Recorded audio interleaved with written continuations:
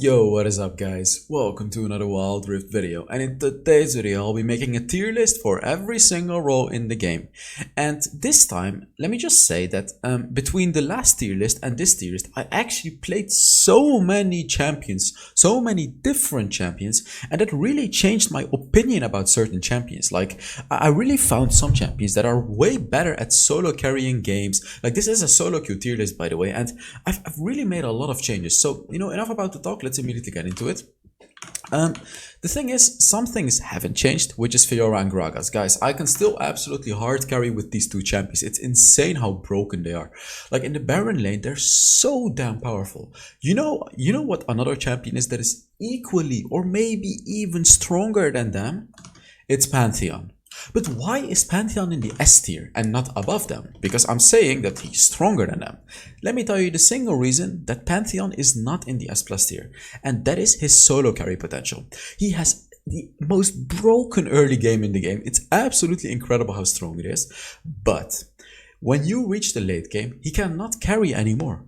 You're basically gonna put the whole game in your team's hands. Like, you've done your part in the early game, but that's the thing with Pantheon, and that's why he's not in the S plus tier. Camille, we all know Camille is like very high in the S tier. The thing is, Camille is a very high skilled champion, even harder than Fiora, I would say, to play effectively. And then we have Riven, who is the utmost broken champion, except for when you're playing against a lot of CC. That's her single weakness. That is literally her only weakness. But of course, there is a lot of CC in this game. Almost every single champion has some sort of CC. That's why she's still on top of the S tier, but not quite in the S plus tier, because as I said, she does struggle against those heavy CC champions. Darius, I did underestimate Darius a little bit. He did get nerfs, but I played him and he's still really powerful. Of course, not what he used to be, but still, when you can get his passive and the ultimate reset, you can still completely wipe a whole team fight. And another champion that I want to talk about is Cannon, guys. I played some games of Cannon. And let me tell you guys right now that in the late game, this champion is an absolute team fight carry. His ultimate is so, well, I don't want to say broken, because it's not broken, because you really have to get a lot of items for it to be really good. But his ultimate is really, really broken in team fight situations. In the perfect situations, if you play him correctly, he's even S tier. But he's not easy to play correctly. Let me just tell you that, because it's, you can get pretty behind on him, and when you do get behind, he becomes pretty useless. That's the problem with him. So other champions that are important to talk about are Singed. Singed, probably the most underrated champion in the game. Probably the most underrated champion. Like, his fart gas can be so good with the right items. I have some Singed videos as well. You should check them out if you don't believe me. But he can seriously hard carry games, and the way that he can carry games is damage wise, slowing the entire enemies, just being an annoying little, just singed. It's Singed. He's so annoying. Like, he can just carry the game by being Singed. And then we have Nasus. You guys know what I'm gonna say about Nasus. Also one of the most underrated champions in the game. If you can skill properly in the game, and if you pick him into the right draft, if you pick him in the right draft, in the perfect draft, he might even be the bottom of the S tier. Not any higher, just the bottom of the S tier, because he still has some weaknesses. But the second ability is literally a slow for 5 seconds, a 90% slow for 5 seconds. There is no other champion in the game who has even remotely close CC to that. I'm just telling you guys that right now. And then here, Teemo, even though he's on the bottom of the B tier, still stronger than you think.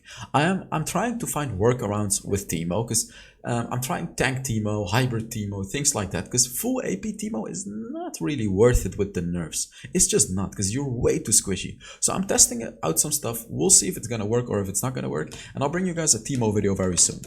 Okay, on to the jungle. And okay, now it gets interesting. So the thing that's not interesting really is Lee Sin. Completely broken. My opinion hasn't changed on him. S plus tier, in the high elo at least. Just the solo carry potential of this champion is so annoying and stupid. He only has one weakness, which is the late game. But the thing about him is, it's not like Pantheon, because when you play this guy in the jungle, it's like you can get your lanes so ahead by ganking, because his ganking potential is the best out of any other champion. That's why it's like you'll get your team ahead even if they're super bad players. That's the funny thing. So in the S plus tier on top we have Pantheon, because not being amazing in the late game doesn't matter as much in the jungle. That's why Lee Sin is also in the S plus tier. So Pantheon in the jungle pretty much beats anyone, and Pantheon can actually beat Lee Sin as well. That's the thing. But he's not quite as good as Lee Sin at ganking, not quite as mobile. You know, he's still really good because of the ultimate and things like that. But Lee Sin is just uncontested, really. Xin Chao, we all know it, super tanky, super good in team fights, super good at ganking, super good at early fights. He's just a very solid jungler. Camille's not as strong in the early game, but in the late game she probably becomes the single strongest jungler in the very late game when you reach level 14 and 15. But that, like, Camille then is really broken. But the reason that she's not in the not higher in the S plus tier is because her early game does struggle a little bit, not a lot, just a little bit. And then we have Gragas jungle, and this might come as a surprise for some of you guys, but guys, Gragas is just, the champion is so stupid. And playing him in the jungle, and the hybrid Gragas build that I made, you know, a few weeks ago. I have a video, by the way, you should definitely check it out, the hybrid Gragas video. It's really powerful. So in the early game, you have to scale up a little bit. His ganking is not as strong, but just the late game potential is insane. The team fighting is insane. Another jungler that another pick that I want to talk about, and you guys are seeing it right. What is this? Katarina jungle. Hear me out. Hear me out. Katarina jungle. Not the best pick. It's in the middle of the A tier. But it works. It works. She can clear jungle relatively fast, and when she's really good at ganking. She's surprisingly good at ganking. For some weird reason, she's surprisingly good at ganking. Because with her ultimate and all her abilities, she has really good mobility because she can dash to the enemy very easily, and she has incredible burst damage. Of course, with the daggers and her ultimate. So she's viable in the jungle. I'm not saying it's broken or anything like that. Viable. Akshan in the jungle, also viable. He's a range champion, so he's gonna struggle with the clear a little bit. But you have your barrier, and you know, he's actually pretty good at ganking. Actually, pretty solid at ganking with his ultimate and his third ability and his movement speed. You know, he has good ganking. And Shyvana and Amumu, by the way, don't pick these champions. They're so trashed. They're both just so trash. See, the thing with Amumu is he only provides one thing, which is his ultimate, basically. And they nerfed his ultimate to the ground, like, almost a year ago, so that kind of killed Amumu. Shyvana also very weak stats. Master Yi still making it in the A tier, but of course not as strong as he used to be because of the nerfs to his core items. You know, Solaris Charge Blade got nerfed. That other item which the name I forgot got nerfed, and he just got nerfed as well. You know, his ultimate got back, his true damage got nerfed, so he just got nerfed.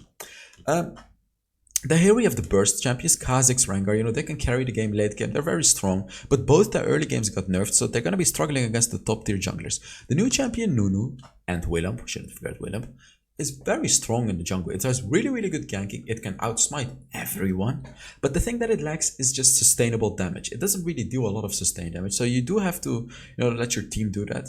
And the thing is, even like he does good burst damage, but not the like he doesn't blow up an enemy. You know, his ultimate has a lot of burst damage, but it doesn't blow up an enemy like Lee Sin, Pantheon, or Gragas. You know, he doesn't absolutely blow up an enemy. So, you know, he struggles in these parts, but he provides a lot of CC, a lot of tankiness, a lot of ganks, smites, so he still compensates for it, making him an S plus tier jungler. Okay, on to the mid lane, and this tier list, honestly, is just, there are so many amazing mid laners. So Ziggs, we all know about Ziggs. I'm not even going to talk about him. Well, actually, I am going to talk about him. The funny thing about Ziggs is, besides the fact that he has the most sustained damage, a really good escaping ability, incredible lane poking. So you may think that Ziggs is not that good at ganking, right? Because when he goes to a lane, he doesn't really have any major CC. But the thing is, Ziggs doesn't even have to gank. You just throw your ultimate, and that's basically a gank of itself. That's the thing with Ziggs. If you see one of your lanes has an enemy that is at low HP, all you do is you move a few steps, and then you throw your ultimate, and you go back, and you secure the kill. That's the funny thing about Ziggs. And Katarina I underestimated. So I've been playing quite a lot of Katarina, and I'm not the most amazing Katarina yet, but I just, like, this champion can still absolutely solo carry games. S plus tier for sure. for sure, like by far, easily S plus tier. And then we have Diana, same as Katarina. This champion can absolutely hard carry games, maybe not as hard as Katarina, but the thing about Diana is as well, she's also tanky because of that second ability. Her ultimate is really powerful. She just provides so much to the team. And then actually, I don't know why I put Irelia here. Irelia should be here, actually, not at the bottom. Irelia, you know, basically the same as the top champions, but maybe a little weaker and a little harder to play. Irelia is really, really hard to execute correctly. Zed has dropped from the S plus tier to the S tier because now Zed is actually a little harder to play because they nerfed the damage of the third ability. It's not a major nerf, it's like 10% damage and also a flat nerf, so it's definitely a nerf, but you know, if you're still able to hit the shurikens with Zed, you won't really feel it that much. But what does this mean? This means that no skill Zeds are gonna get destroyed now. Like, they're really gonna get destroyed because only hitting the third ability with your ultimate is not gonna be able to secure you a lot of kills anymore. Brand's still very solid. It just feels like that these other champions are stronger than Brand. Like, the nerf hit him pretty hard. He's still very strong. He has really good team fighting, but in a 1v1 situation, you know, he doesn't feel as strong. Maybe I'm underestimating him because out of all these champions, I actually haven't played Brand. I've only played against it and with it, and for what I found, it's just he's strong, like S plus or S tier, sorry, but I don't feel like he's completely broken anymore. And then we have Galio. Galio is so broken if you pick him against ability power melee champions like Fizz, Akali, Katarina, you know, these types of champions, Evelyn. However, if you don't pick him against these types of champions, he's okay. He's good. You know, he's definitely not bad. He's just good. He's really good against ability power. So if you pick him into the right draft, he can provide a lot of value. And his first ability poking is quite insane when you get to the late game. So he's just a very solid champion. Fizz on top of the A tier, very good one-shot potential, but that's pretty much the only thing that he has to offer. But the thing is, he's really good at it, so that's why he's on top of the S tier. Annie, I played Annie as well, and I've underestimated Annie a little bit. She's still in the A tier. She's not completely broken or anything because the nerf did hit her. They nerfed her stun duration, but she still has really, like, if you reach the very late game, she will one-shot enemies. But getting to that late game, that's the hard thing with Annie. She has really good ganking, but no sustained damage all the way up to the late game. And then the only thing that she provides is burst damage. But the amount of burst damage is broken in the late game. But of course, to get there, you know, that's another story. I'm working on an Annie video, by the way, guys, if you were asking. Cannon, don't pick Cannon in the mid lane, that's all I'm gonna say, okay? Don't pick Cannon. Seraphim, of course, I made a Seraphim video recently. Pick her into melee champions and she's good. Otherwise, she sucks in the mid lane. Okay, on to the Dragon Lane list. And here's some stuff changed too. The thing that hasn't changed is Ezreal, S plus tier. This champion just has the most solo carry potential in the game. I want to talk about the stuff that I find quite interesting, which is the Orianna in the A tier. Guys, Orianna Dragon Lane. I am telling you right now, this is strong. It is strong. And I'm probably going to make a video of it very soon. I've played it, I've seen it, and it is so powerful. However, you only want to pick it if your allies have a lot. If your allies are heavy attack damage, like if you have a Yasuo mid lane and an attack damage jungler, attack damage baron lane, you pick Orianna in the Dragon Lane. You can also pick Ziggs in the Dragon Lane. This champion is also stronger than you think. I feel like he's not as strong as Orianna because Orianna has very easy poking with her balls. Although Ziggs has the same hard carry potential in the late game, but give it a try. I already have a Ziggs Dragon Lane video. I even have a Ziggs support video, but not an Orianna Dragon Lane video. I'm gonna work on it, but it's really strong, stronger than you think. Lucian also became stronger with the recent buffs. They buffed his third ability to make the cooldown a bit lower, and he's okay. I don't want to say he's broken or anything like that. He's just pretty good. He has really good early game, or sorry, really good mid game, and then in the late game, if you can get all your items, you can blow up squishies. However, he does struggle a little bit against tanks. That's his only little problem. And then we also have Xayah. She went back up to the S tier because she got a pretty nice buff to her late game. She got some late game AD scaling, so she's back into the S tier. She's just, you know, a solid ADC. Varus also S tier, really, really strong to go for lethality. Varus has insane poking. And then here on the bottom, we have Draven. I really feel like Draven is kind of falling off. And he's just really he's struggling. I'm not really seeing a lot of strong Dravens anymore. When I play Draven, I really feel like it's a bit hard to play him right now. It's just there are so many good picks against Draven right now. Like even Orianna can poke him in the lane. That's the stupid thing about it. So I feel like Draven, nah, he's still good, but not amazing. And then Master Yi here is actually Ashe, because this list doesn't have an Ashe for some reason. Ashe also maybe a little underrated, not D tier, because I used to put her in the D tier, but she can't solo carry games really. She's more of a supporting ADC, because when you slow enemies, they take more damage from your allies, so you're not really a solo carry. And then here we have the champion that we all want to get buffed again, Jhin. He's actually made it into his own tier, which I find very, very special. You know, I didn't really expect Jhin to be on the bottom of the Dragon Lane tier list in Jhin tier. It's very sad to see, honestly. It's very, very sad and concerning to see. I want to get my Jhin back. Let me just say that. I really want to get my Jhin back. Alright, on to the support list. And Nami and Braum are just the best supports in solo queue, especially Nami. I almost made an S++ tier for Nami, but Braum is just, he's also really powerful. The gap between them is not big enough to make a whole tier, but the gap is pretty big. Like, it should probably be something like this. Braum being here and then Nami being all the way up here. So powerful. See, the thing about Nami is, besides the fact that she's one of the most incredible supports in the game with the healing, buffing, CC, she also deals so much damage. That's the stupid thing about Nami. She deals so much damage with that stupid second ability. Like, it's crazy how strong this champion is. Then here on top of the S tier, we have Senna. Oh wait, I forgot to talk about something real quick. In the Baron lane, look at this. I forgot to talk about this dude over here. Top lane Thresh. Is it gonna be good or is it not gonna be good? Because they buffed his passive, and when you pick up the souls, instead of giving you 1 attack damage, it gives you 2 attack damage now. So I don't know how strong it's gonna be. I still have to try it, but I'm putting the question marks around it because I feel like it has potential. Baron lane Thresh. So okay, back to the support list. Senna, you know, she can solo carry games as a support.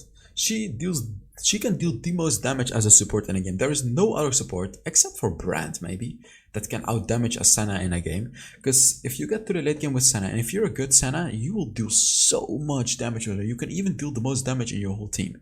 And Thresh, also on top of the S tier with that new buff as well. He got so many buffs, and for some reason his win rate is still low, but I feel like just if you're a skilled Thresh player, you can really abuse this champion right now. You can really abuse him. And then we have Lulu. Lulu is just the brain dead champion that's always going to provide a lot of value to a team. It's so stupid, honestly. Like the shielding, the buffing, the ultimate is just so stupid, honestly. It's so it provides so much value for so little skill. That's the stupid thing about Lulu. Janna is really good because she can rotate a lot. Rakan provides so much CC. And I want to talk about Brand support as well, because this guy can deal so much damage as a support as well. The champion just kind of fits the support because he has good CC and just very, like, it's basically like playing Ziggs support, but better. That's the thing. It puts a lot of pressure on the enemy and it deals a lot of damage. Seraphim support, very solid. And then here we have Blitzcrank. Instead of the Mastery, it's Blitzcrank. He went up from the C tier to the B tier, and that's because of his buffs. I feel like, you know, now he's not going to struggle as much with mana. Still not, of course, not going to be an amazing support, but not going to be completely trash. That's the thing about it.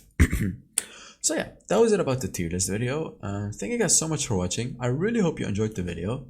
And yeah, I will see you all in the next Wild Rift video. Bye bye.